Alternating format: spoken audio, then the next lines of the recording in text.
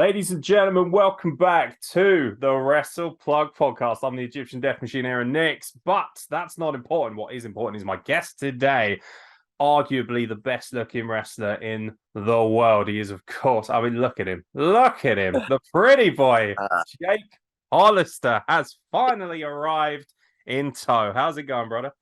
Dude, it's great. You make me blush out here. What a way to start my Friday, being with the most handsomest podcast host in all the world, some might say. Oh, he's too sweet, isn't he? He's too sweet. Yeah, man. No, I'm really excited to have you. I've only met you the once in person. I was at CWP last year for Reborn. Immediately hit it off. Thought you had a great vibe, great professionalism, just everything that people should want to be in professional wrestling. But for the people who haven't seen you before, especially the English audience, because you only had a small sample size when you came over back in November of last year. What's Jake Hollister all about in the professional wrestling world? Jake Hollister is all about the emo scene right now.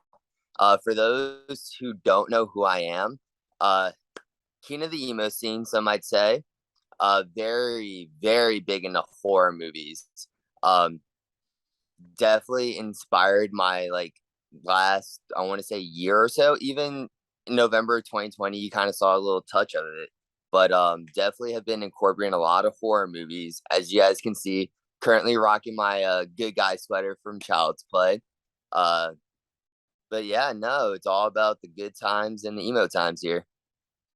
Yeah, you have a great hybrid style, a wrestler who can work on the ground, who can work in the air, just a great all-round talent, a great look. Obviously, we've mentioned the fact that you're ridiculously good looking, which obviously helps in our business, no question. That's why he's getting more bookings than I am.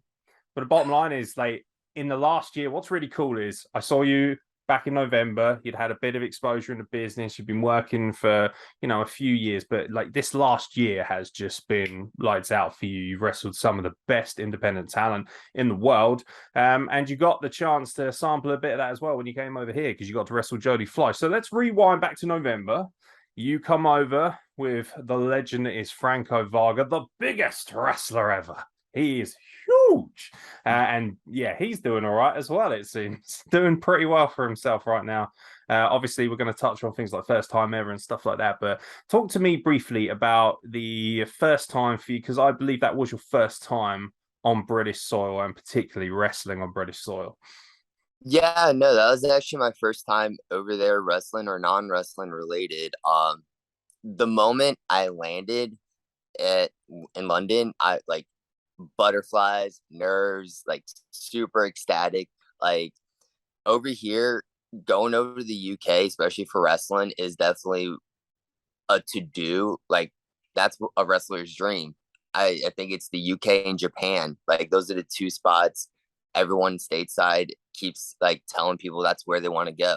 So definitely having the opportunity to fly over there and getting to do what I love to do was definitely a dream come true. And I would definitely say having someone like Franco by my side who's been there a handful of times, I think he's 5 or 6 tours over there by now, definitely helped calm me down.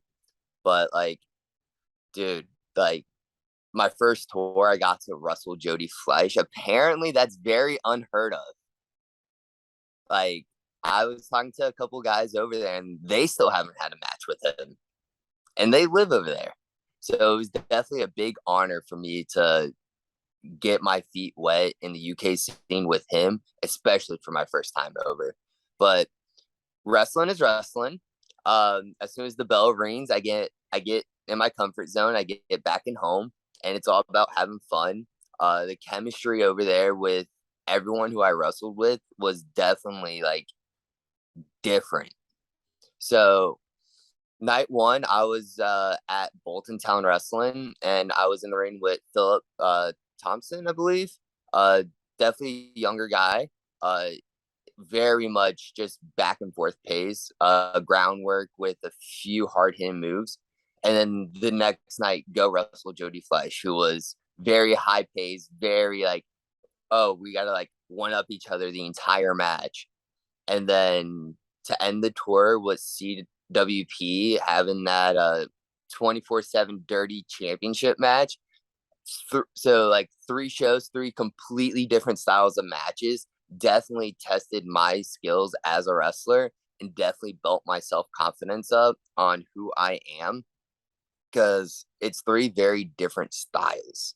So that's the one thing I loved about going over there, again, to experience all of that and just the UK culture and like general.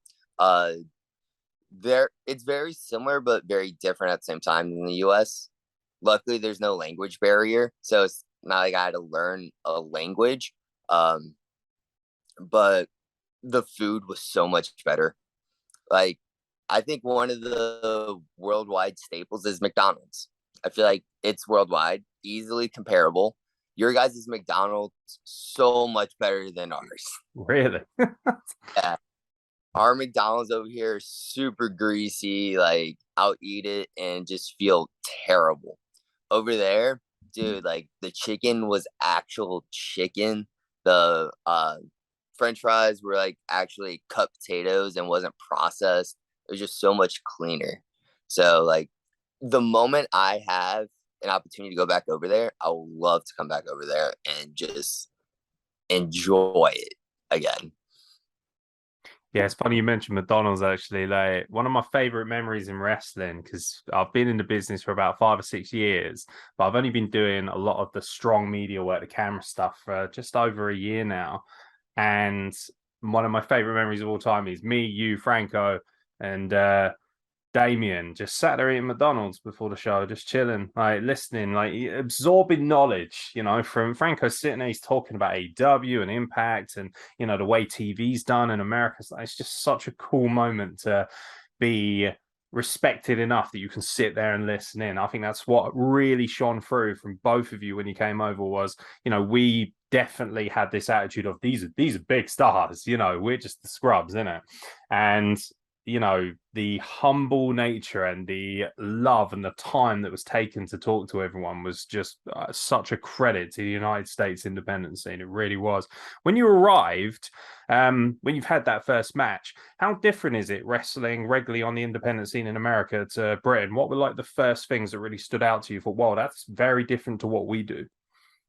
So definitely just besides the crowd, you in the UK, like the first match was very ground based, very technical. Over here, it's very fast paced, like spot, spot, spot, spot, spot. What's next?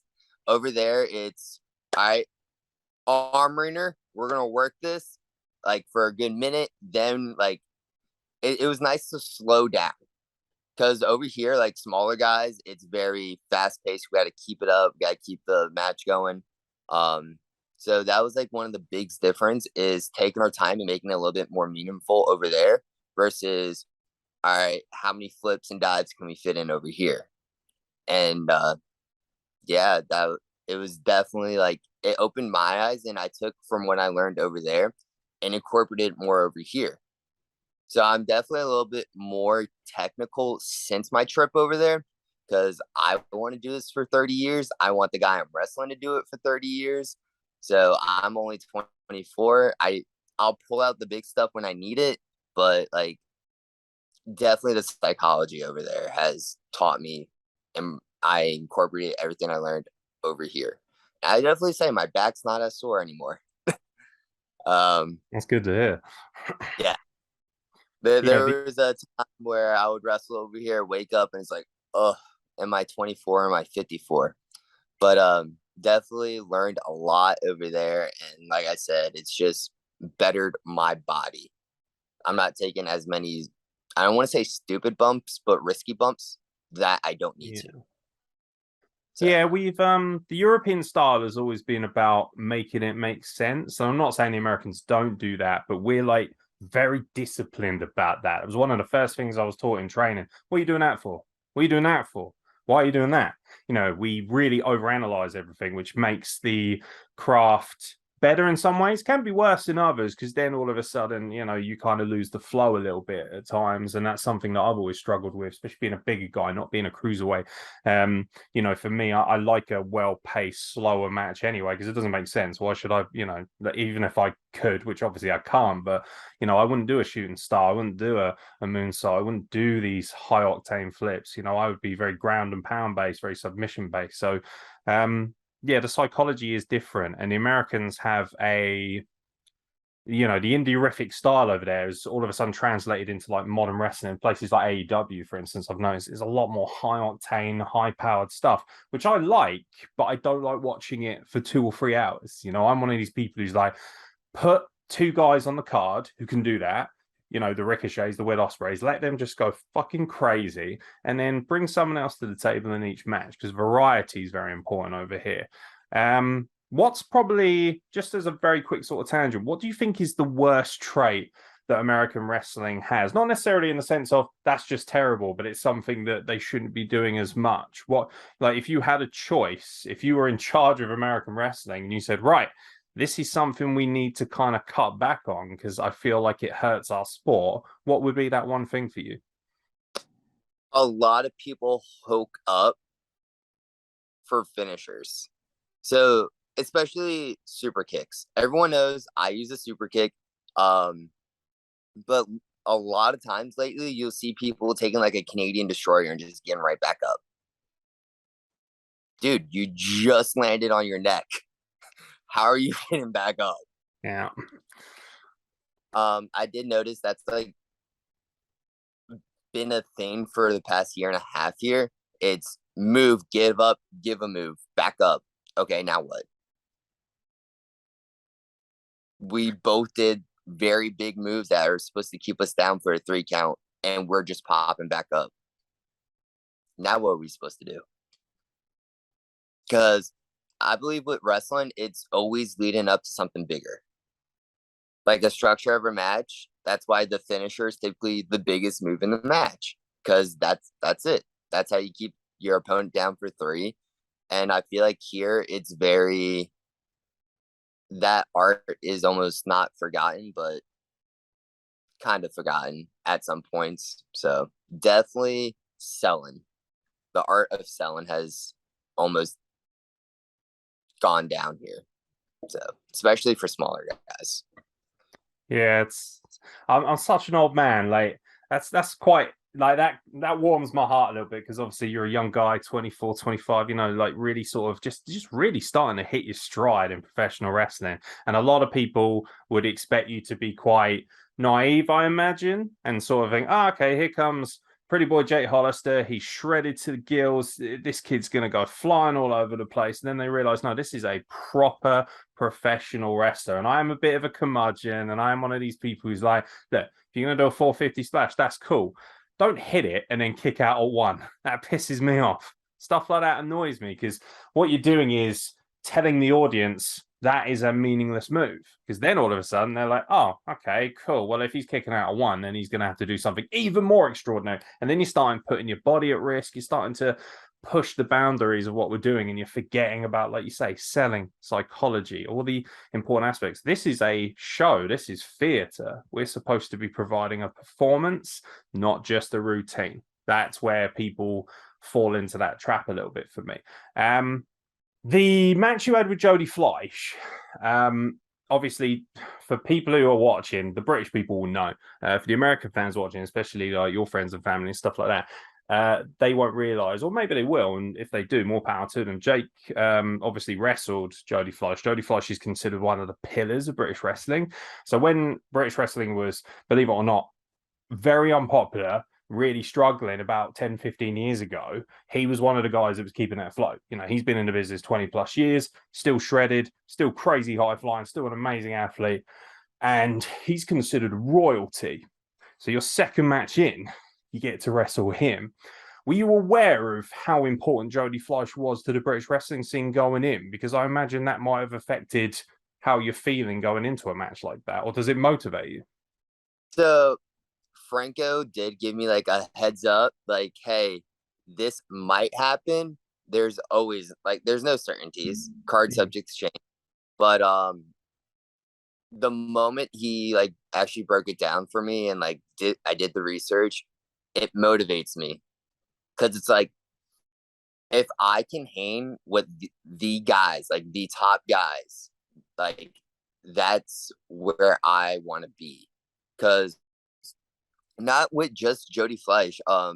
This year alone, I wrestled former NXT star Leon Ruffin, and same mindset. It was like, all right, this dude's been to where most guys want to be.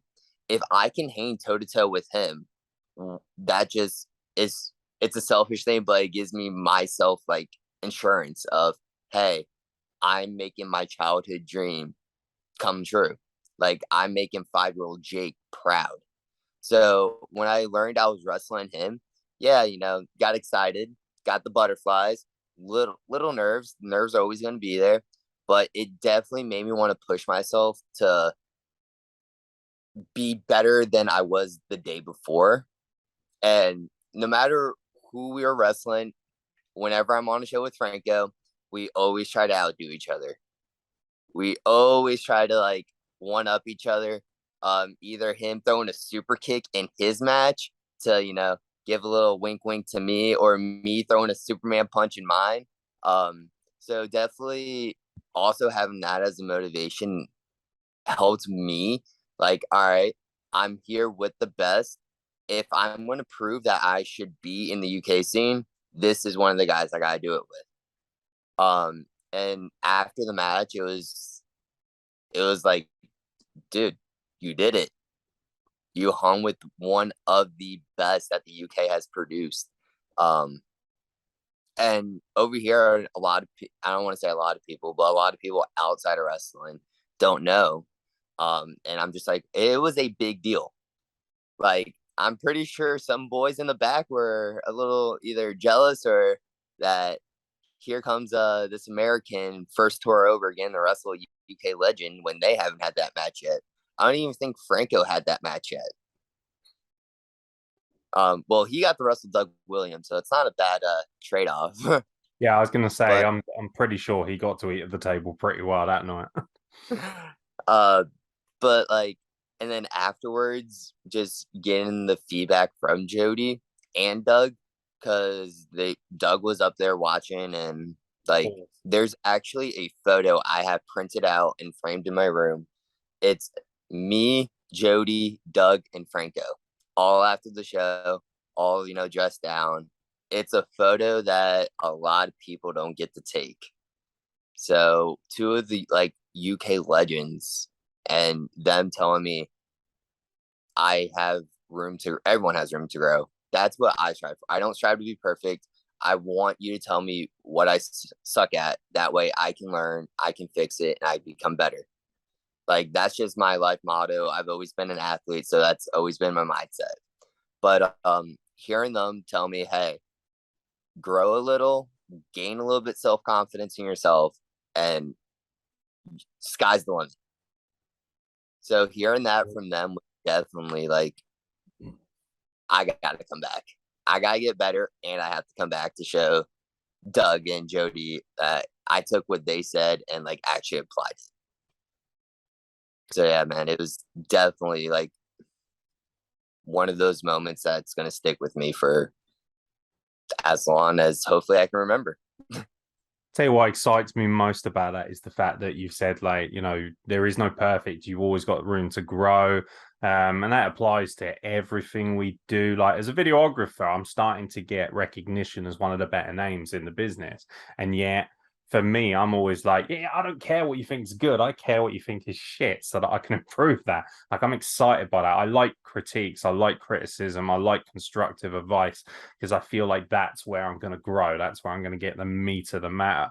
And it's really cool hearing that from a 24-year-old wrestler with the talent you have, because a lot of guys I know who don't have nearly as much talent as you have maybe 10 more years in the business than you do and still have that attitude of like, oh, I don't need criticism. I'm there, I'm good enough. It's like, man, that's lazy. And also it's a bad position to be in. If you think you're good enough, then you're not going to strive to be the best. You're not going to strive to make your opponent look good. And then obviously the final third of the tour is CWP. Now, thankfully you're a nice guy who doesn't really care about people's bullshit, but it has quite a reputation, CWP. It's one of these companies, for whatever reason, that is much maligned, especially by local promotions around it. Some criticisms are fair, some are just ridiculous and abusive, and whatever it might be. Bottom line is, it's a charity wrestling promotion. It makes money for charity. It tries to put on an entertaining show. You get to work on a show, and you're put in this dirty 24/7 scramble match. Now, I don't know how much you heard about it after the fact, caused a lot of controversy on the internet. Upset a lot of old people, dinosaurs, veterans. They were like, "Oh, you these young people," and people hated it. They said it wasn't wrestling, blah blah blah. Now, the match itself isn't without critiques and stuff like that. I'm sure Franco's probably had a word about it. I definitely offered my sort of 2 cents to the guys. But you're in the match with Ebenezer the Geezer, Dirty Dave Dennis, the 24/7 champion. My two wrestling sons, as I like to call them, the bromance, Aaron Cruz and Cameron Anderson. That was one of Cameron's first ever opportunities to wrestle, which was very cool.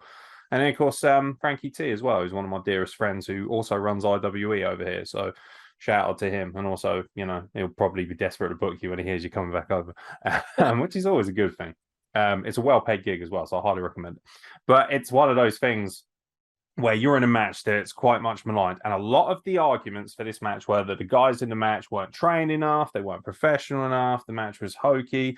Ignoring that, what was your feeling of that match? Because it wasn't a traditional wrestling match, and we made it very clear from the get-go, this is going to be, as we like to call it, shithousery, shenanigans. This is going to be stupidity in a lot of ways.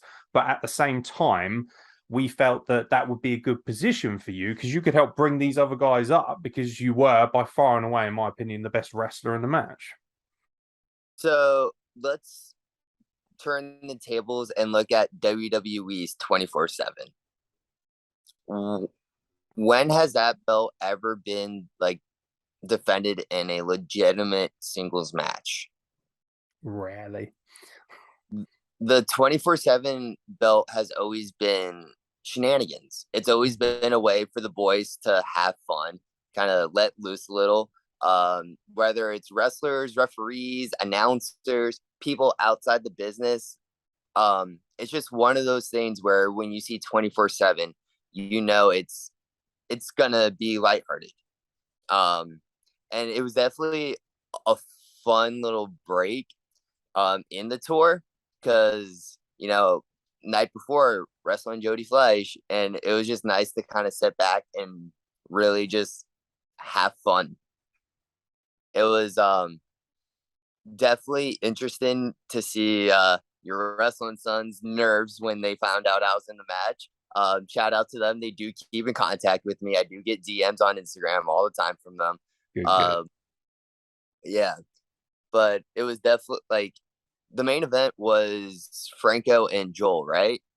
Yeah, that was like our sort of marquee match. That main event in the first half, and then obviously we had the big rumble, which we were also in right after the 24/7 scramble. But yeah, we had what we were looking for was variety. We had matches with legends. We had this incredible blockbuster indie match, which has done like 4,000 views on YouTube. So obviously it must have done something right. And then obviously we had the scramble, the rumble, loads of different things. Loads of things that just worked. Yeah, no, it's definitely a show full of variety, and that's what a lot of companies are missing. Yeah, it was definitely your haha comedy match. It wasn't. No one would look at that match and expect a 5-star Dave Meltzer match. They're expecting, the laughs, the cheers, the what kind of deals, and it served its purpose. It did. And unfortunately, no matter where you go in wrestling, there's always going to be the pushback from either other promotions, vets. It's just difference of opinions. But as long as the fans enjoyed it, that's what we're here for. So, me personally, I had a fun time doing it. I hope all the other boys had fun doing it. Definitely would love to work with everyone, either individually, tag, however we get whatever match booked. Definitely would love to work with them. But yeah, the fatal 7-way, 5-way, 7. 6-way, the 6. scramble. Yeah. Yes, yes. The 6-way scramble it served its purpose, and I think everyone came out a lot like happier. Like the endorphins were firing off, and I had people after the show come up to the table and be like, "Hey, you're great, thank you." It's like it's what I'm here for. Yeah, no, it was great. And I think what I loved was the fact that the fan base really were very receptive to you. Ever since you came over, CWP fans still talk about Jake Hollister. They still talk about Franco Varga. You know, these were stars that we were able to afford them an opportunity to see. And you guys were so gracious in taking the booking. Because let's be real, when you're of that level of talent, especially yourself now and Franco, you know, who has been lights out for the best part of 10 years. They don't you know, you guys don't have to wrestle CWP. I thought it was a really good lesson in humility that, you know what, like, take the bookings, and if the booking's there, enjoy it. Like, do something different, you know, try something different. You're not always going to be in, like you say, the Meltzer 5-star classic. And to be honest, you don't have to be either. If that's all you do is have a match that's trying to cater towards Dave Meltzer, it's kind of one-dimensional after a while. It's kind of why I tune out a lot of the AEW product, is because these guys are great at what they do, but you know, there's only so much I want to watch the Young Bucks have a 5-star flippy match. I want to see them do other things. I want to see them in different gimmicks. I want to see them, you know, stretching themselves and evolving themselves in different ways and molding themselves into different kinds of wrestling. And that's something that you seem very open to doing. So obviously the UK tour is your first UK tour. Great time. Got to ask you a few fucking boring ass standard questions. You said British food was actually better than you think. So one of the biggest knocks we get, especially from Americans, is our food is shit. Like our general sort of cuisine and stuff like that. What was your experience with the general food? I know you said McDonald's was really good, which is surprising because everyone hates it over here, although they consume it like crazy. What was your general kind of feel for the culture, for the environment, for the architecture, everything like that? So I like one of my favorite things to do is when I'm talking to my friends outside of business, tell them about the UK. And the moment it gets brought up, all I do is start pulling up the pictures of all the like historical buildings, castles, just like the architecture pictures. Because I was having a conversation with someone last night actually about Japan and how Japan really preserves their culture and like their history and all that stuff. Here in America, we kind of don't. Lately it's been, oh, this is part of history. We don't like it. We're just gonna tear it down or completely ignore it. Like, and that's the thing about history. You can't take the good without the bad. Not saying the bad's good. Like, I'm not here justifying, hey, everything we did was perfect, but it's what made America America. But definitely going over there. Actually, one of my favorite spots was called Chicken Joint, and Franco and I found it by accident in London.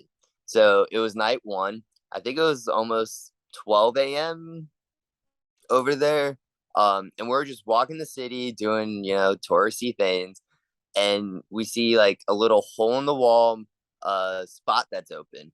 You had to like climb up this shady makeshift step to get into this building.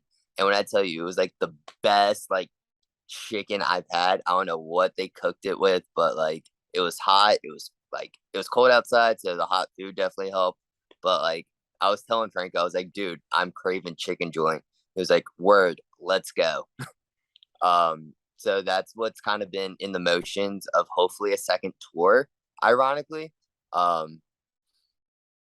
yeah, dude, it was just nice to go over there. I guess the biggest comparison is New York City versus London. Mm. Cities very high paced atmospheres. Definitely London was cleaner than New York City for Wow. sure. Yeah. And it was just a breath of fresh air of seeing a different culture change because not many people get to experience life outside their home country. So definitely when like, no matter where I go, I'm always going to take that moment and appreciate what's around me. It's very cool because it's so stereotyped, you know. Oh, British people have bad teeth. British people are ugly. Americans are fat. Americans have diabetes. You know, it's all these different things flying back and forth. And I'm like me personally, I love America. Like I've been twice. I've been to Washington and New York, and both times were like times of my life, like incredibly. So, and now my big dream is to work in America. You know, hopefully wrestle some sort of small little kind of side indies and stuff. Because obviously, I'm not going to be wasting my time getting in a ring with the high end guys because I don't want to embarrass myself or their time.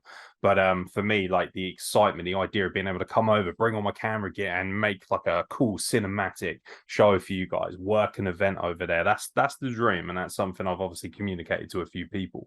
You know, I think it's amazing that we can in this day and age wrestle all over the world. We don't have to just wrestle in our local town. We don't have to wrestle in our state or our county or whatever it might be. We can go further afield. We can go to the other side of the country. People forget America's fucking huge. Like it's massive. Like Britain, tiny little island. And yet we've been able to form an independent scene, which is just as strong as yours, if not stronger in certain places. You know, they've each got strengths and weaknesses. And yet we've got this, you know, tiny landmass by comparison. Um, what's travel like? Because when I spoke to Franco on the podcast, he said that one of the things that really stuck out to him that he couldn't believe was so in America, say you got a gig, you know, wherever it might be, Illinois, Minnesota, you know, it's a fairly straight line shoot. You can get a plane and then get a car or whatever, or a bus, you know, you got the Greyhound buses and things like that. Whereas over here, it was like, okay, you know, I've got a show in Burnley or, you know, for PCW in Lancashire. It's not a straight shot. You got to do this like all over the place to get to places. How was the travel for you, the experience of like traveling and the public sort of transport? Because I know I was instrumental in setting up your public transport to get you down to Southampton, which I appreciate is a massive trek. But in America, what we don't realize is that like you guys are used to traveling hundreds of miles, you know, on a day-to-day basis for things like this. For us, that's a big deal. We make such a big deal out of, oh, I'm going to travel 200-300 miles. I'm going to have to make a weekend of it, you know, because we're not used to that big landmass. Yeah, no, definitely. Probably pre-COVID-19, Franco and I actually used to wrestle in Maine. And for those who don't know their geography of the US, Maine is at like the tippy top of the country, right by Canada. And it's a 14-hour drive. So we used to go drive that 14 hours, wrestle maybe 2-3 matches each at one show, and then drive 14 hours right back in the same day. Yeah. I don't want to hear people crying anymore about, oh, I got to get a train. It'll take me 3 hours. Shut up. I'm not having that now. And then definitely flying. I do still have like a 2-3 hour drive to the typical airport that I usually fly out of. Just price range. My local airport's stupid expensive for some reason. But like even that 3 hour drive to get to the airport to hop on like a 4 hour flight and then still have to drive maybe like 45 minutes to an hour in whatever state we're in to get to a venue. So traveling over here has definitely been just, you get used to sitting in the car and you're just used to going. And over there, it was just being with Franco was like, oh yeah, this day we got to take a bullet train.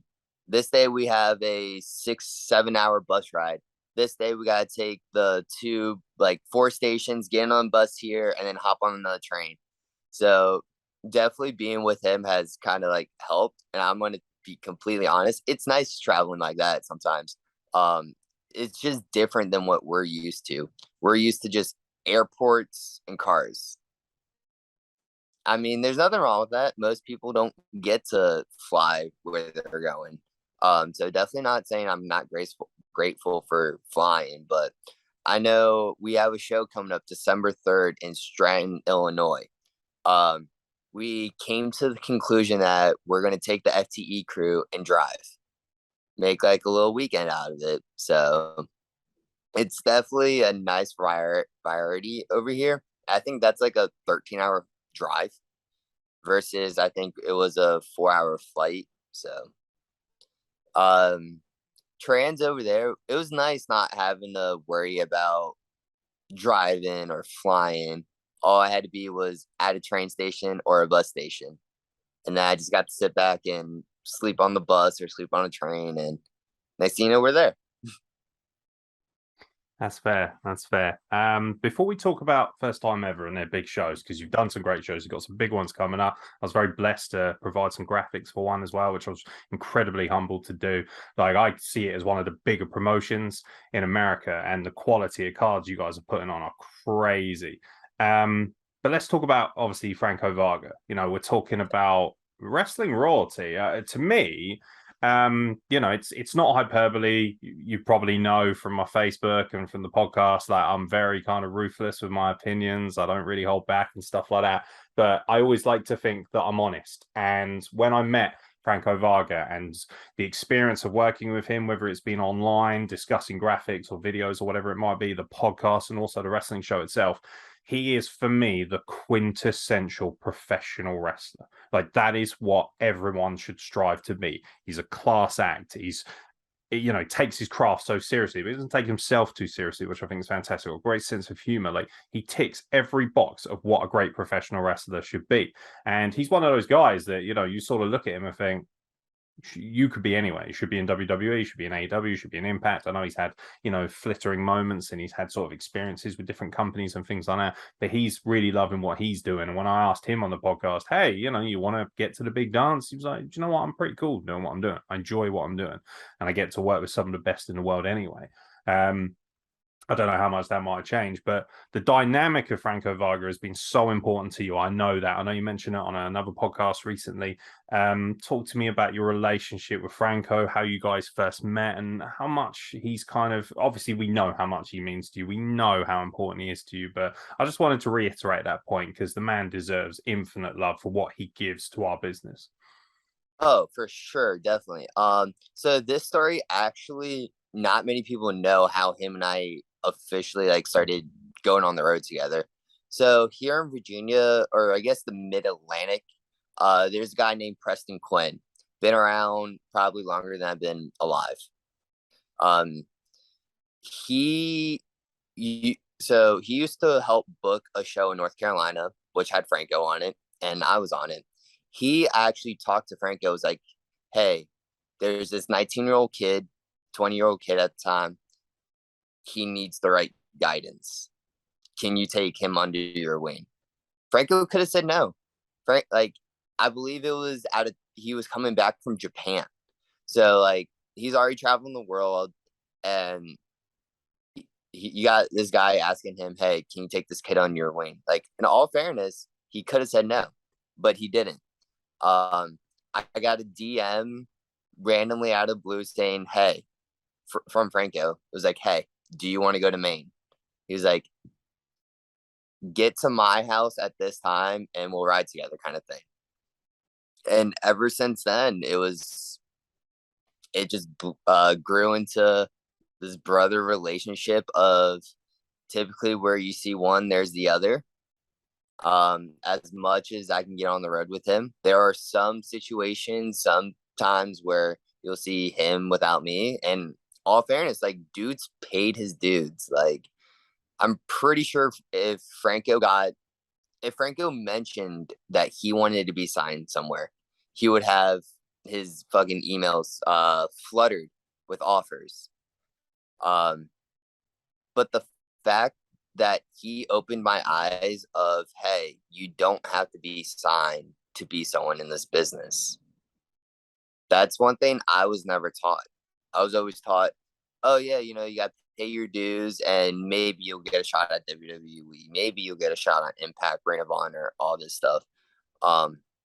Something he said to me that kind of stuck out was being signed doesn't make you happy and being independent doesn't make you broke. So he definitely like opened my eyes to, hey, I can do what I love doing and not be like signed to anywhere. I can do my own thing. I can have 100% of like creative control over my own self. I get to pretty much work for myself and still manage to, like he said, wrestle the best in the world. Guys who've been there, guys who've been to the show, to the big dance, I get to wrestle them.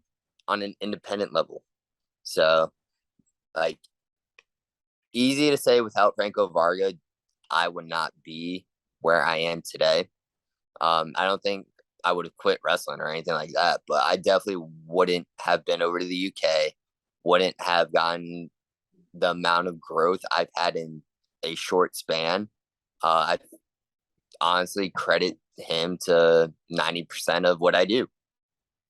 The other 10%, I like to think I have some creative ideas on my own self, but no, but seriously, my family loves Franco. Uh, he's crashed on my couch plenty of times. Uh, I've slept over at his place plenty of times, and he's definitely like my road wife, and I'm his road wife in a sense. I guess that's what his wife calls me. But yeah, no, dude. Dude does not get enough credit for what he does, because First Time Ever has opened a lot of doors for a lot of people that people don't give credit to. I know myself, I wouldn't have been able to wrestle half the people without it. So that man has definitely opened my third eye to pro wrestling, and dude, I'm just so grateful for him. He's such a good dude. I'm pretty sure he's gonna call me as soon as we're done and be like, "All right, what'd you talk about? How'd you do? Did you curse? No, good." But yeah, no, he's definitely like a big brother to me now, and I'm excited to see where like the next year takes us. So It's funny you mentioned cursing actually, because I curse like a trooper. Like, I'm terrible for that. Like, I'm a potty mouth, as you guys like to say. But then when I'm around Franco, it just dials back. All of a sudden, I feel like I'm in a big, high pressure environment, like a big PR stunt or a big kind of job interview. All of a sudden, I'm like, yes, Mr. Varga, of course, Mr. Varga. He brings that level of professionalism and quality out of you. And my biggest compliment I can give Franco Varga is that he makes being an independent professional wrestler a superstar position. You can be a superstar in independent wrestling. You can be as big as a W. Like, I look at Franco and I genuinely think that guy, in my opinion, is as big as a Drew McIntyre or a Seth Rollins. I look at him and think that is one of the best wrestlers in the world, and that is a superstar wrestler with superstar charisma and superstar ability. And that is from somebody who works in an independent format. So that's proof right there that no, it's not all about being signed. It's all about making an incredible world for yourself. You can build your own empire. You don't have to rely on somebody else's. That's kind of what I've been trying to do here, and that's something that I really admire Franco for. And he, for me, is the benchmark of how we should all be in professional wrestling. Let's talk about First Time Ever. Amazing promotion. Love the concepts of it. Every show has something different. Every bit of graphic design, like I said, I did the Power Rangers one, which was very cool. I was very blessed to get an opportunity to flex myself, but there's so many great graphic designers. What I love about Franco is that he's not just like, hey, I've got this core group of guys and that's it, nobody else comes in, this kind of bubble that you get in professional. He's all about, I'll bring Aaron Nix in for a show to help me out with graphics. I'll bring this guy from wherever. He's used so many different people, and he's built this incredible level of connections. And now what he's doing is putting on these insane cards. Next up for you, obviously, in Illinois, is Myron Reed, who obviously a lot of people might recognize from MLW.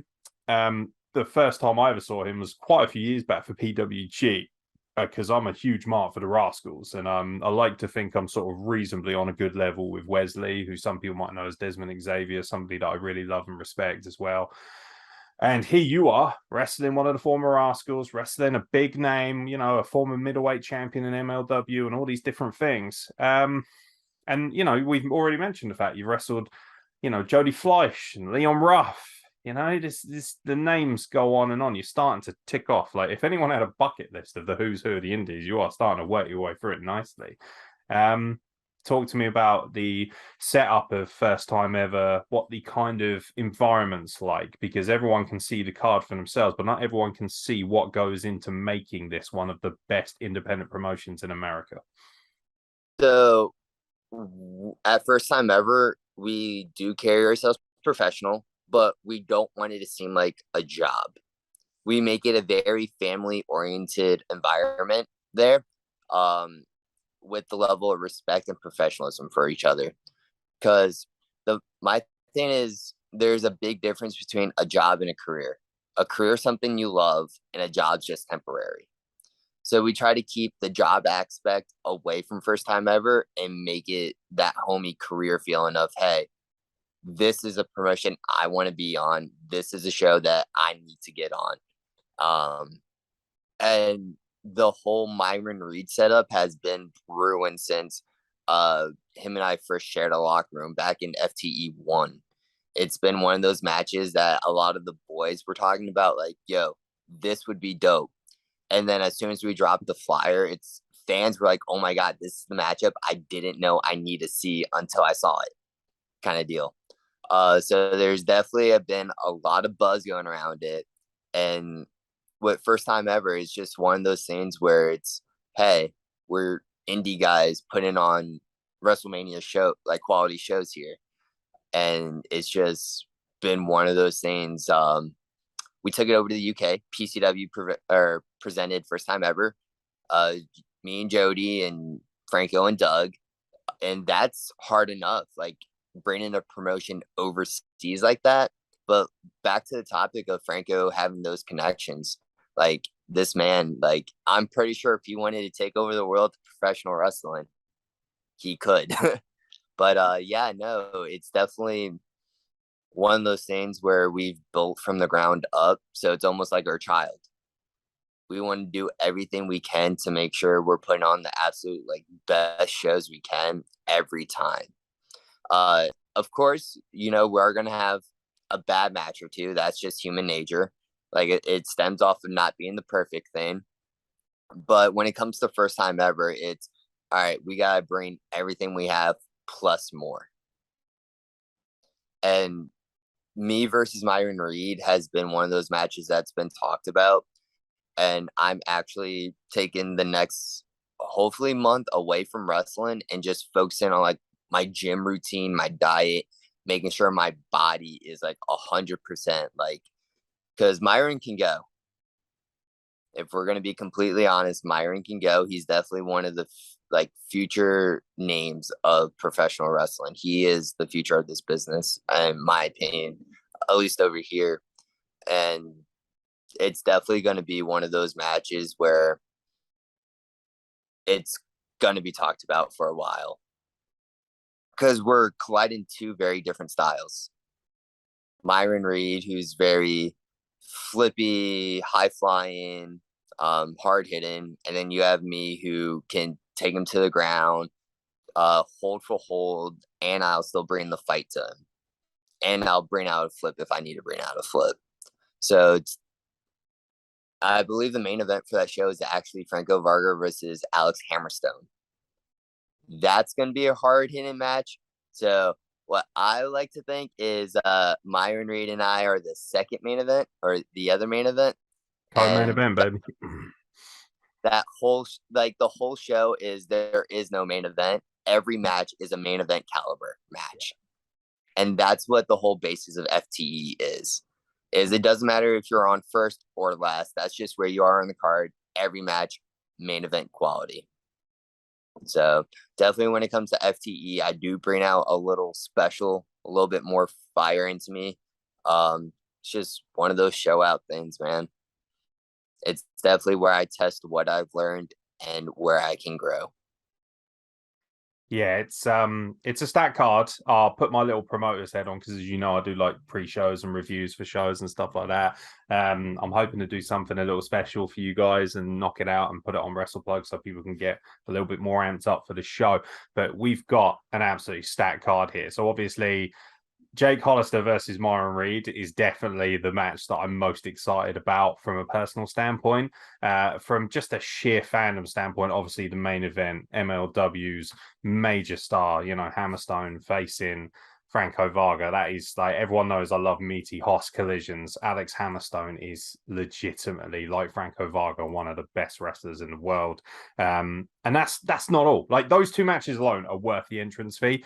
But you've also got a number of different talents that I've noticed you've used before. You've got Blacktus Jack versus MLW's Alex Kane. That's something I really like the look of. I really like Blacktus Jack, by the way. The gimmick just sits well with me. I think it's fucking cool.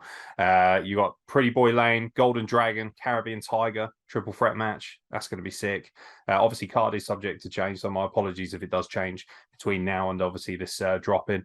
The women's match as well. I'm very passionate about women's wrestling. I feel like it doesn't get enough credit it deserves. And what I love about Franco is he's willing to really push the boat out and make sure women are used the right way and given a proper kind of platform to work. And you got Casey Fox versus Celine Gray. Both have been on AEW Dark.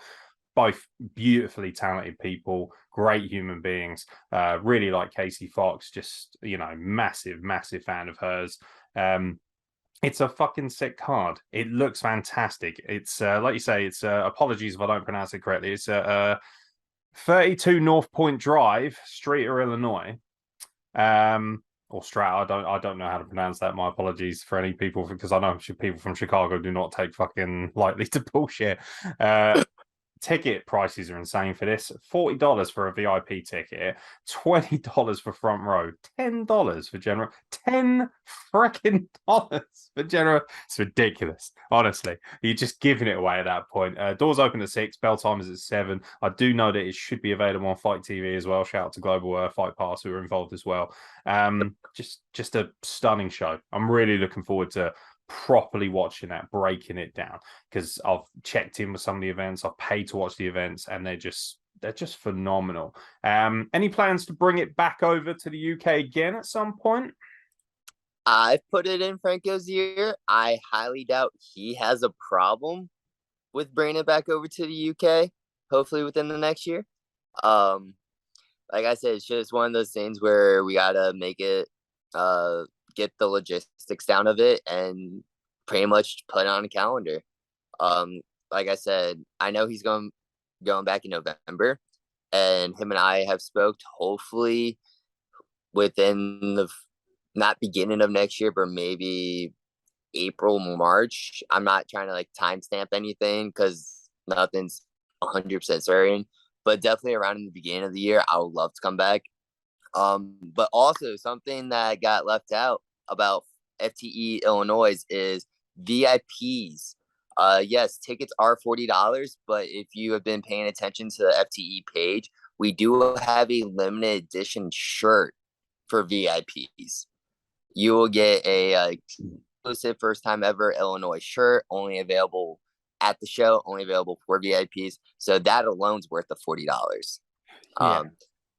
But nah, dude, I would love to actually see FTE go like global, like not just over to the UK, but like one of my dream destinations has always been like Australia.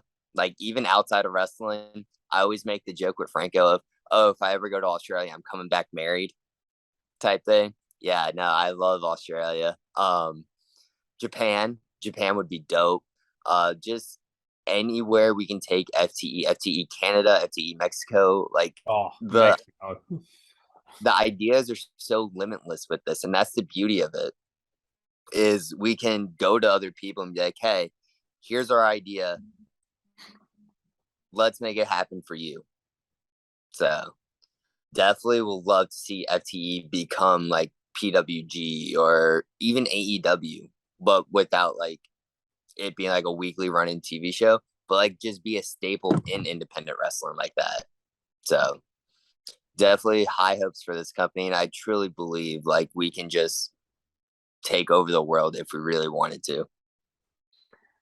Do you know, I hate being a shill. Like, one of the things I'm really proud of is that every booking you see me get, and you all know I work quite a lot now. I never asked for any of them. I've always been approached, which I'm really proud of. I've people don't see the work that goes in. Like, obviously, nothing compared to what your gym schedule is. And by the way, man's body is insane. It has to be said. But this is the one company where I'm going to make an exception. I'm like, please use me.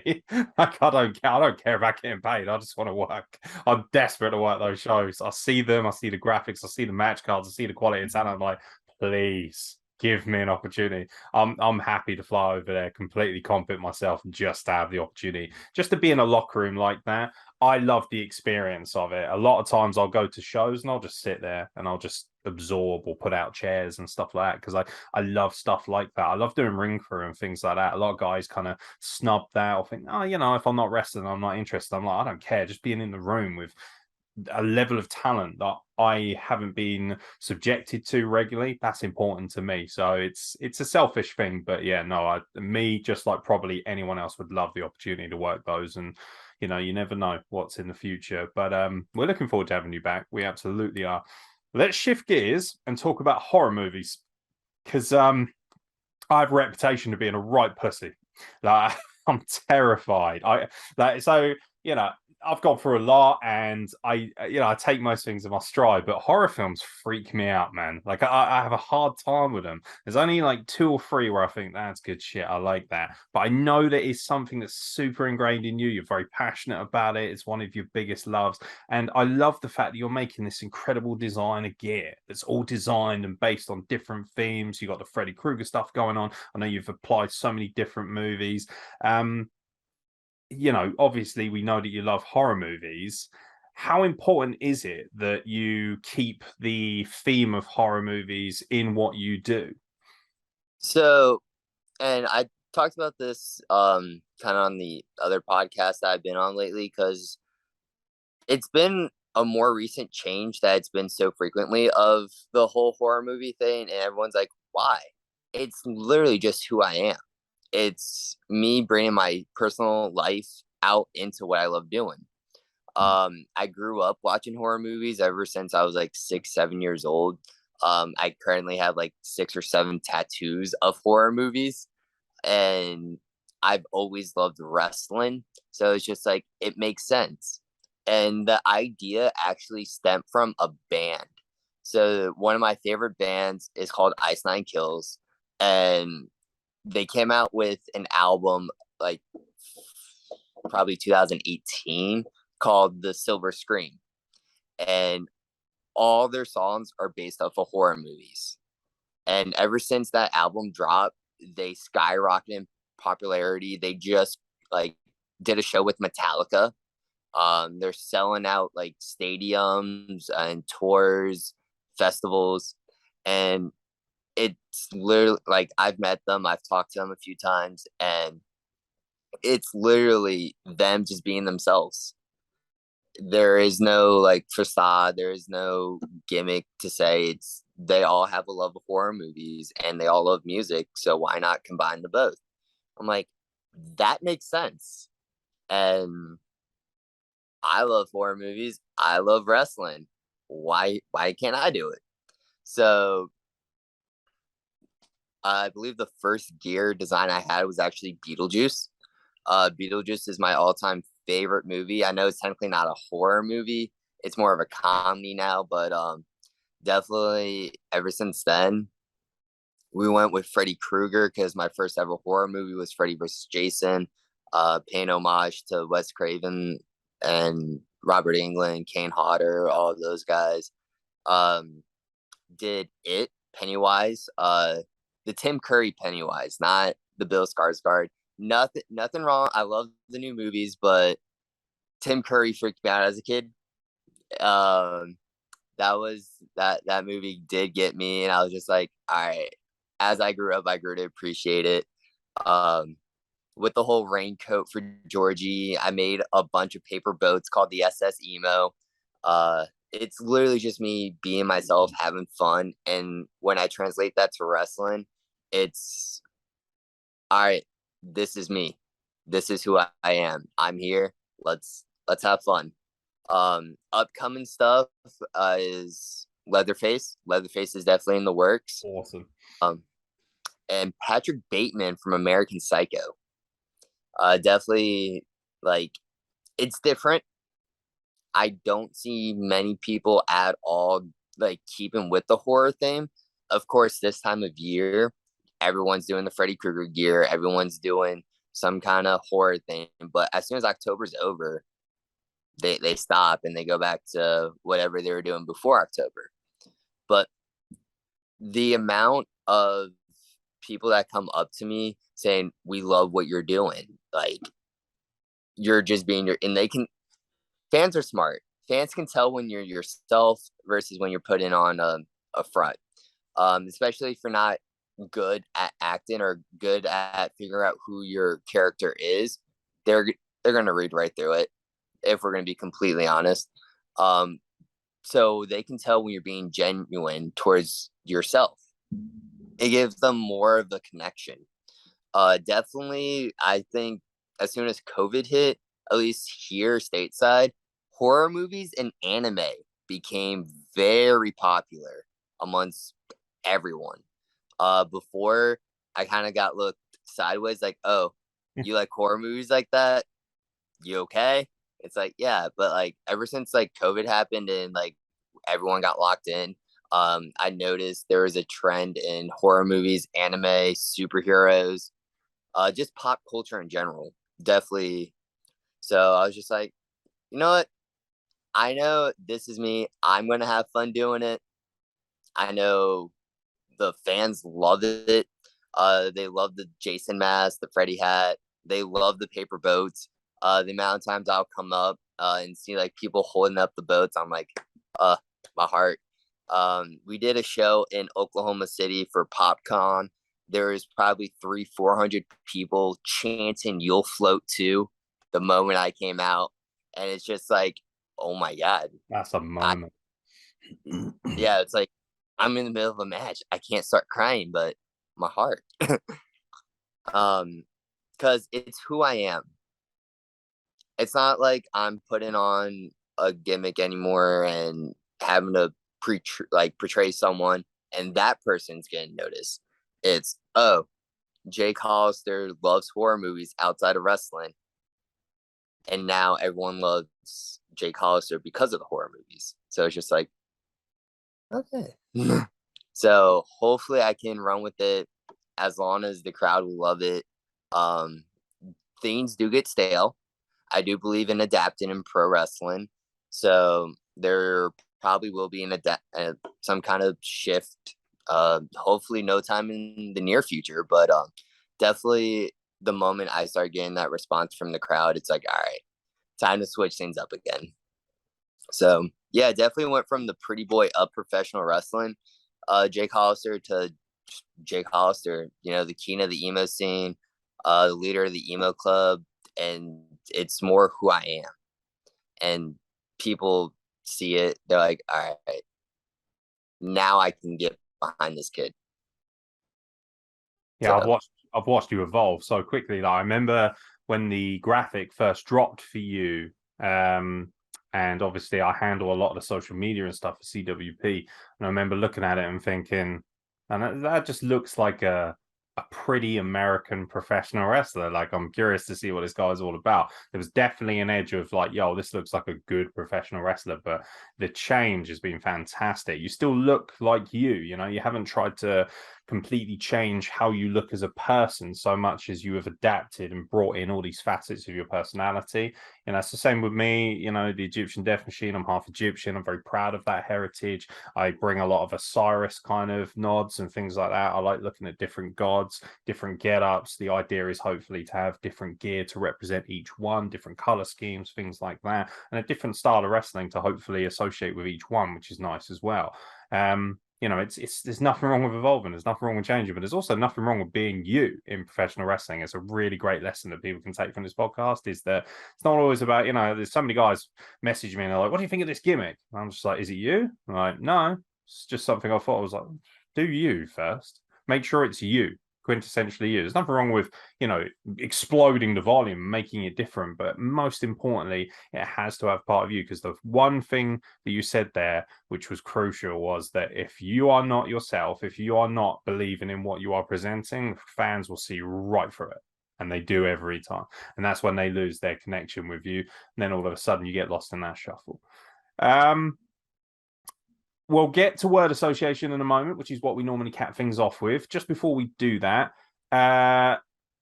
two things. First of all, the gym, the body change. Like, like I said, man is shredded. Like, I've never seen anything like it. The growth. I know Cameron Anderson, like, who is actually really starting to pick up a good amount of traction here. He's told me on several occasions how inspired he is by what you're doing and the work you're putting in and the way your body has changed over that past year. You were in great shape.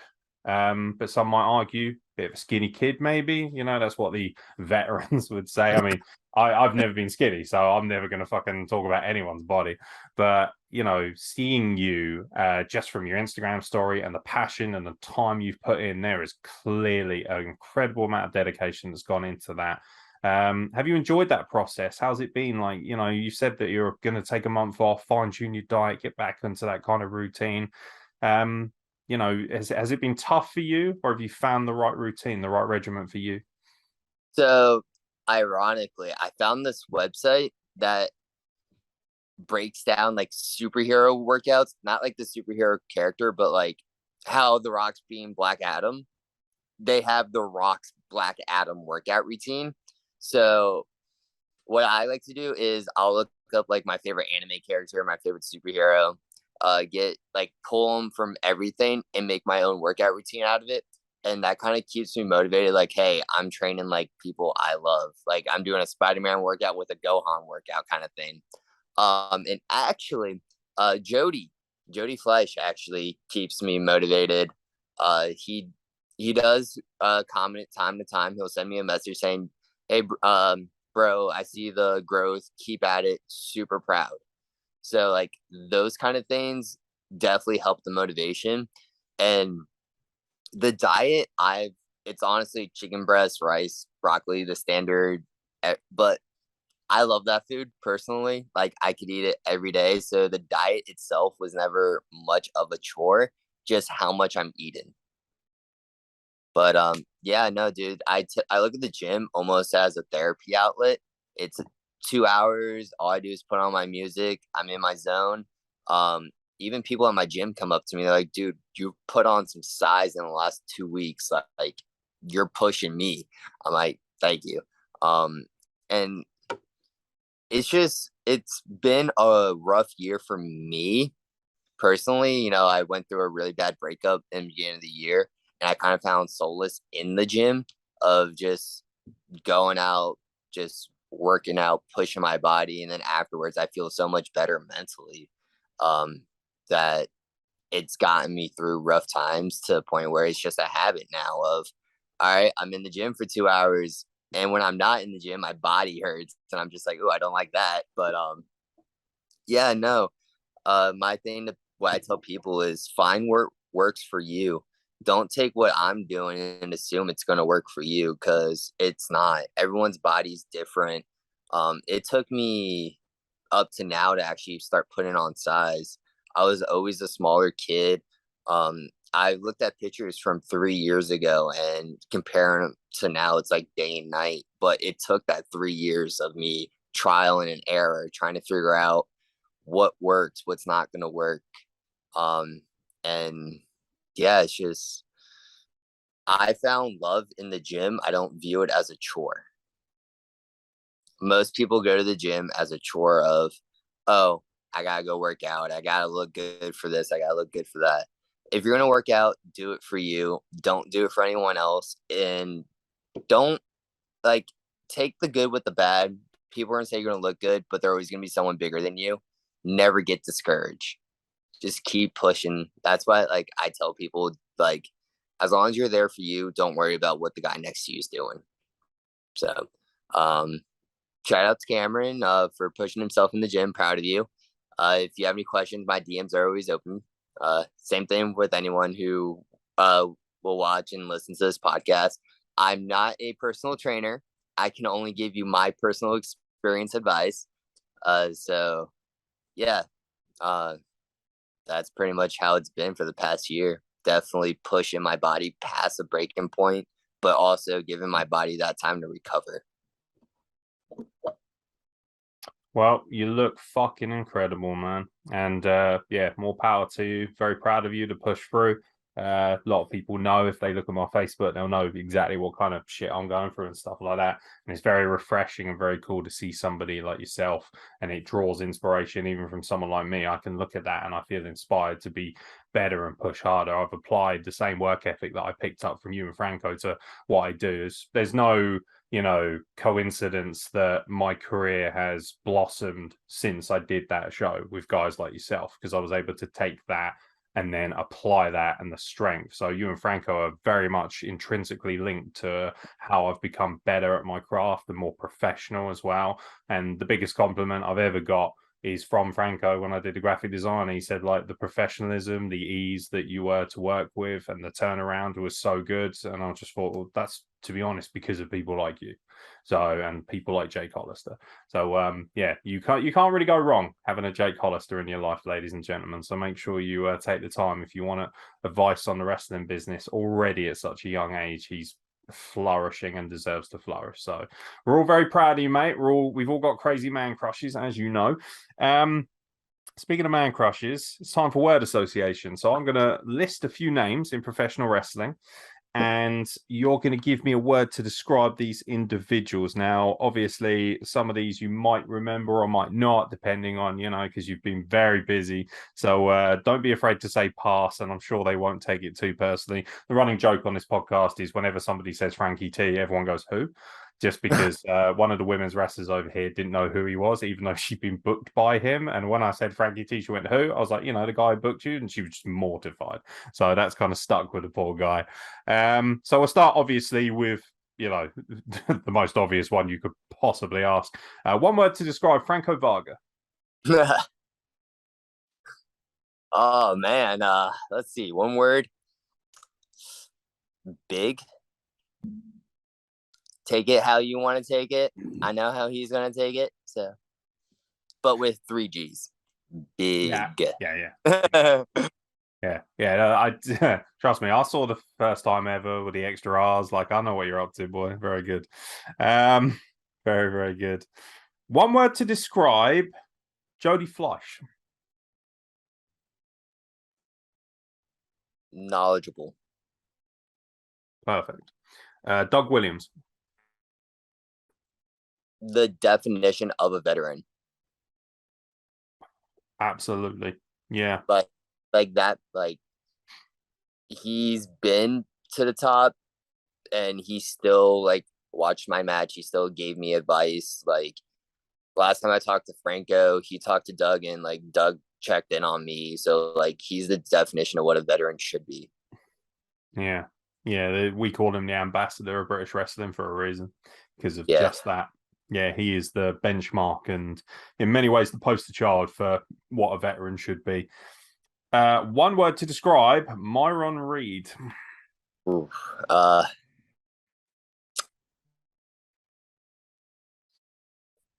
there's so many. Let's go with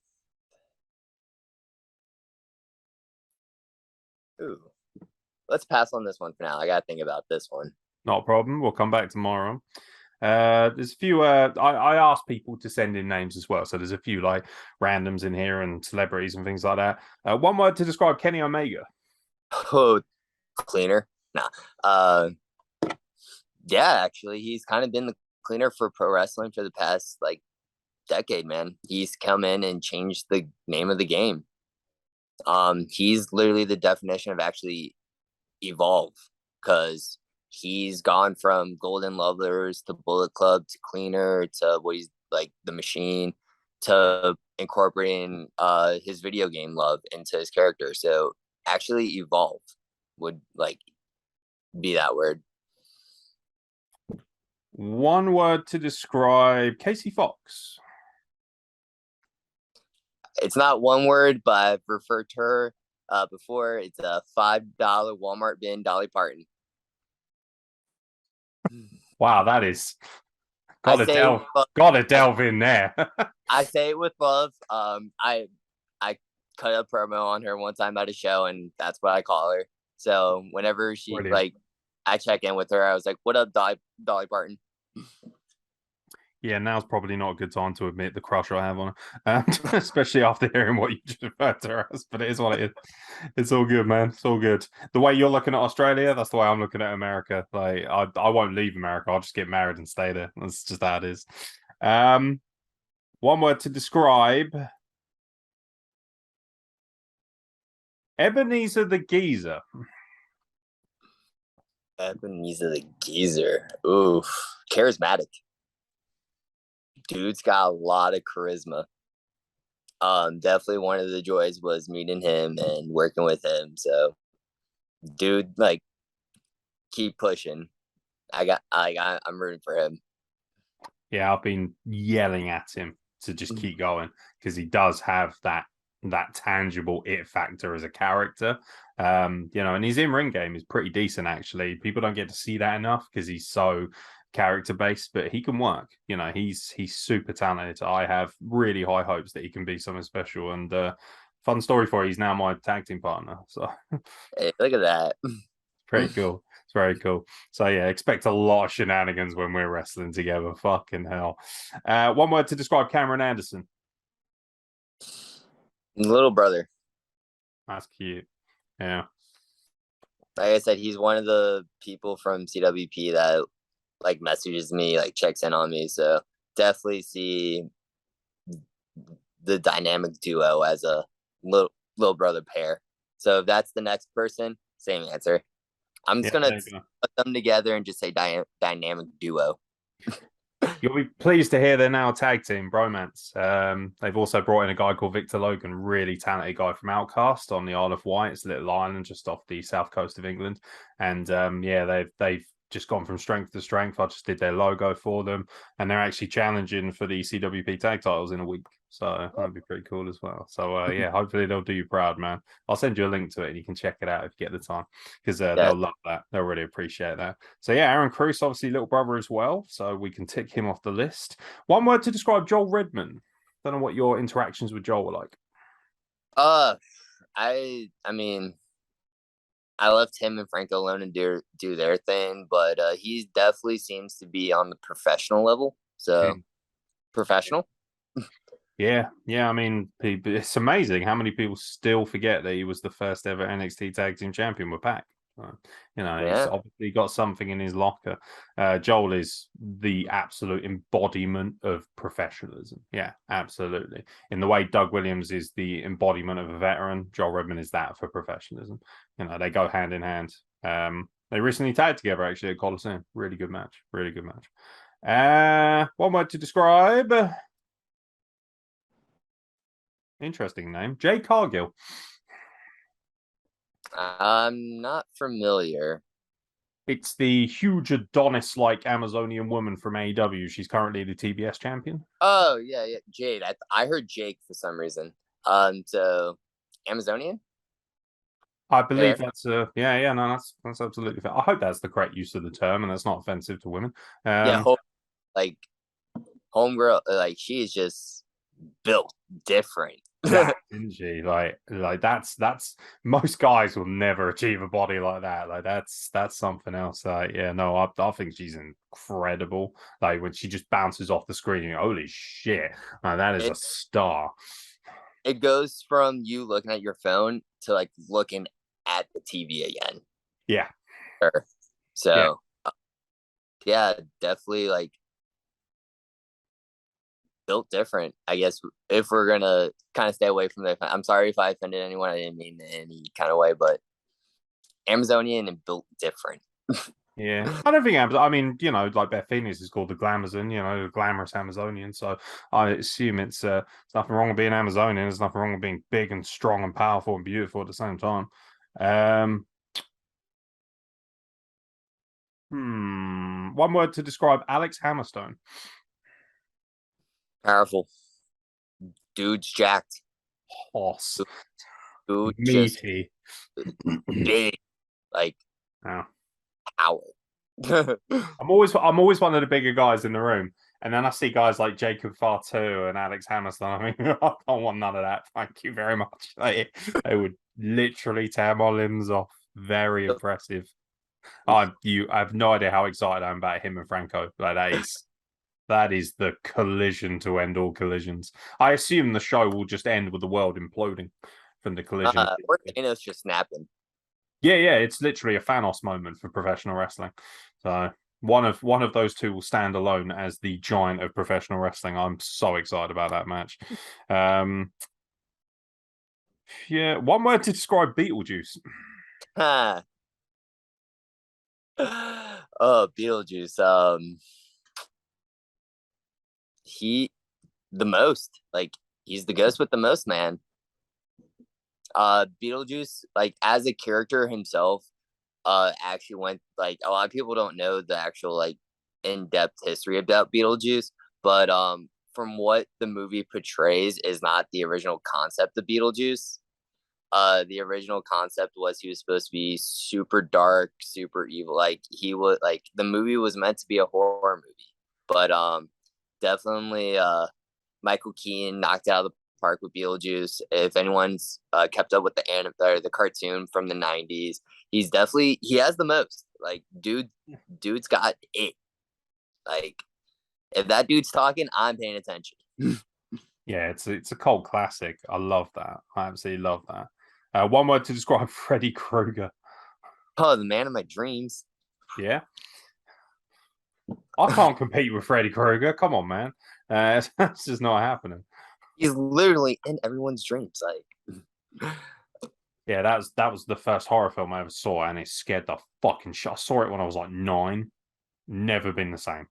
no, Never that ever been the same. that was Johnny Depp's first movie Was it ever. really? Oh It was. wow. If you go back and like just rewatch the opening credits, it even says introducing Johnny Depp. So Very cool. It's very cool. See what I mean? You get knowledge and everything. Like you are the perfect guest, man. We'll have you on just to discuss horror film. I've started doing a new podcast called Silent and Death Machine, and it's just like a general conversational piece. It's not about wrestling. And one of the shows that's coming up is about horror films and stuff. So it'd be very cool to get you on to just, wax lyrical about horror for an hour and educate my squeamish ass. One word to describe Axton Lowe. oof, Flippy. So yeah, Axton. I yeah, dude flips, right? Yes, he does. Yes, he does. Yeah, fun little story. I actually the last time I wrestled back in March, he was on the same card. He came over to the Isle of Wight and worked at Outcast with Blanco Loco and Dringo Ellie as well. And he was a fucking joy to be around. Very similar to you guys. He was just so super cool. And when I met him, I was surprised because he's just, you never really get a gauge of what a wrestler looks like or their size until you're in front of them. And he's relatively short, I'd say, but like he's got such an incredible low center of gravity.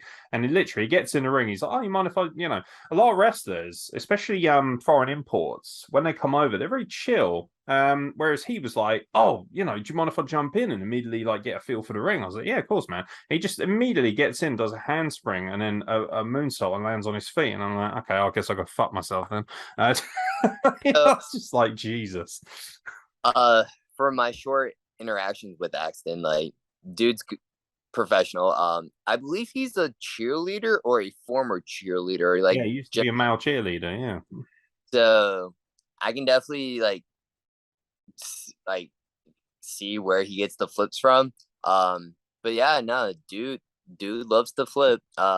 He's the first dude I took a. He had me in a cross body and did a stand-in moonsault.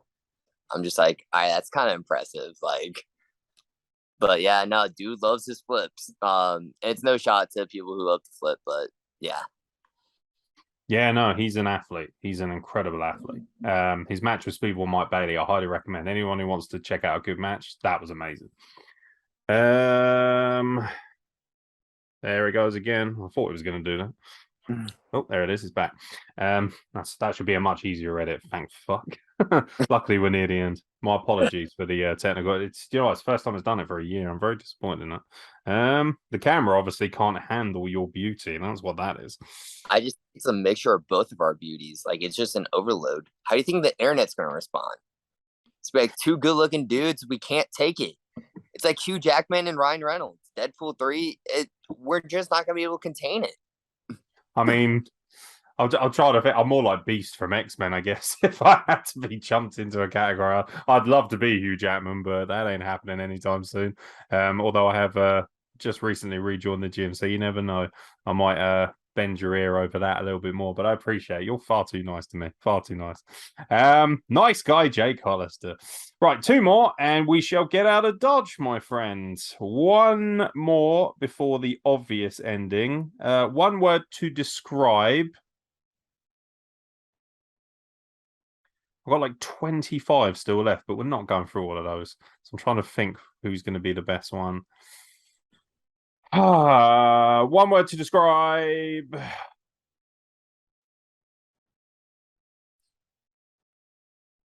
Caribbean Tiger. Dude, I love Caribbean. Definitely brother. I worked with him recently on FTEVA. Me and him have shared a locker room plenty of times. Dude, super cool. He loves wrestling. He loves what he does. He's the type of person where it's like, hey, I need you to do this on this spot. Yes, love it. He's like there for it. So definitely love the dude like a brother. Definitely excited to work with him more, not in the sense of me and him wrestling, just being in the same locker room with him. So exotic would be the word. He's definitely an exotic character. If you guys haven't looked him up, definitely recommend it. It's definitely something you probably haven't seen before. Yeah, he's I mean, to be honest, like the entire FTE roster and the guys that worked here, they're all like massive bucket lists for the podcast. Like, I'd love to have them all on because they're just so sick. That they're all just so cool. Although now that we've heard what Casey's all about, she probably doesn't want to come anywhere near this podcast. I don't blame you. Yeah, after this, and yo, what up, Dolly Parton? Trying to get on this podcast real quick. You'd be like, yeah, this guy's a big fan of yours. I'm like, I'll just be red the whole time. It's all good. It's all good. And one word to describe the king of the emo scene, Jake Hollister. Oh, dude, it's emo.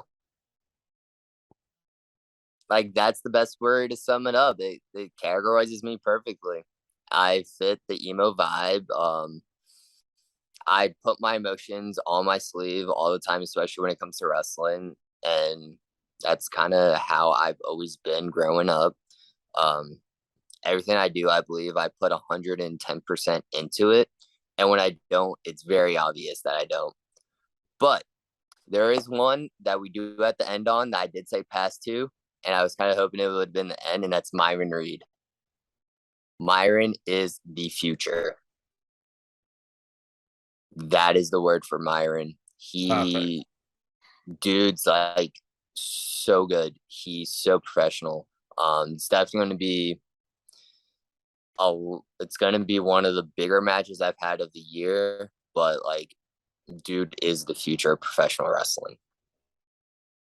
Yeah, that's if you earmark your calendar. If you're a huge fan like me and you absorb wrestling like crazy, there is just one match you should watch this year. I truly believe it should be Jake Hollister versus Myron Reed. I have very high hopes. No pressure, but I know you guys are going to kill it. It's going to be sick. It's going to be absolutely amazing. Where can people find Jake Hollister on social media? And most importantly, where can they buy some of that sick emo merch? Emo merch. All right. So first off, we'll go on Instagram, just type in DJ Hollister. You'll see my little emo face. And actually on Instagram, you'll see a little link in my bio. If you click it, you'll see my Hot Topic link. You'll see my Pro Wrestling Tee link. My Twitter is Pretty Jake H. And then on Facebook, it's just Jake Hollister. So you can find all that stuff on my Instagram and that little link in my bio. Yeah. For anyone who maybe didn't pick it up, check out the descriptions on the YouTube channel, and also if you listen to this by audio, because it is available on all platforms, it will be in the description of the podcast. So make sure you check out those links, and make sure you spend your money well. And also there'll be links available for the tickets. There'll be a QR code actually on the screen throughout this entire podcast, which you've probably already seen, no doubt. If you scan that, that'll take you directly to the ticket link for First Time Ever for all its events, not just Chicago, because they've got some great shows coming up. I know that I believe they've announced Texas for next year in February as well, which is something I'm sizing up, because I'm looking at all the dates and I'm thinking one of those is going to get a surprise appearance from me. I just don't know which one it is. I'm saying also announced First Time Ever Vegas July 1st. That one, I'll put me down for that one. I need to get me some of that. That is a cool place to wrestle.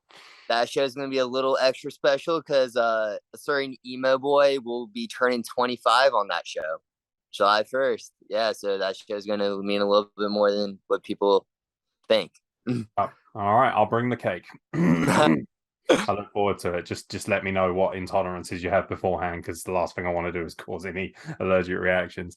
Jake Hollister, man, like I've only met you once in person. We get to chat sort of infrequently, and we have little conversations and stuff online. You are hands down one of the coolest people I've met in life, never mind wrestling. Thank you very much for coming on the Wrestle Plug, man. It is a genuine pleasure. Thank you. It was an honor and a pleasure for myself. So this is the Emo King, the leader of the Emo Club, Jake Hollister, and you are listening, watching the greatest podcast, Wrestle Plug. Thank you for having me. So I'm going to go back now and check the last podcast and see if you said it on that. And then I'll be like, motherfucker, you called that the greatest podcast. I'm on to you, son. I'm on to you. But thank you very much. And we always, do you know what? You're the first guy who's, I never ask wrestlers to do sound bites. I shouldn't I? Never do. You're the first one to just do it completely ad lib. So I appreciate that. Thank you very much, man. The best of success. I cannot wait until you're so big that you forget what the Wrestle Plug is, because at some point you are going to be one of the biggest stars in the world. Congratulations, man. I'm very proud of you. Thank you. It does mean a lot. And hopefully we'll get to see each other again in person, hopefully sooner than later. Yes, indeed. Yes, indeed. The money has been put aside. The flights are ready to go. Just waiting for the booking. Waiting for that booking. Ladies and gentlemen, thank you very much for watching the Wrestle Plug. Please follow Jake Hollister. Genuinely one of the best wrestlers in the world, and no doubt going to be one of the biggest stars in professional wrestling and the world. And not only that, you can chat about horror films with him. So that's all that's good. And until then, I've been Aaron X, but most importantly, he's been Jake Hollister. We'll catch you very soon for more content from the Wrestle Plug.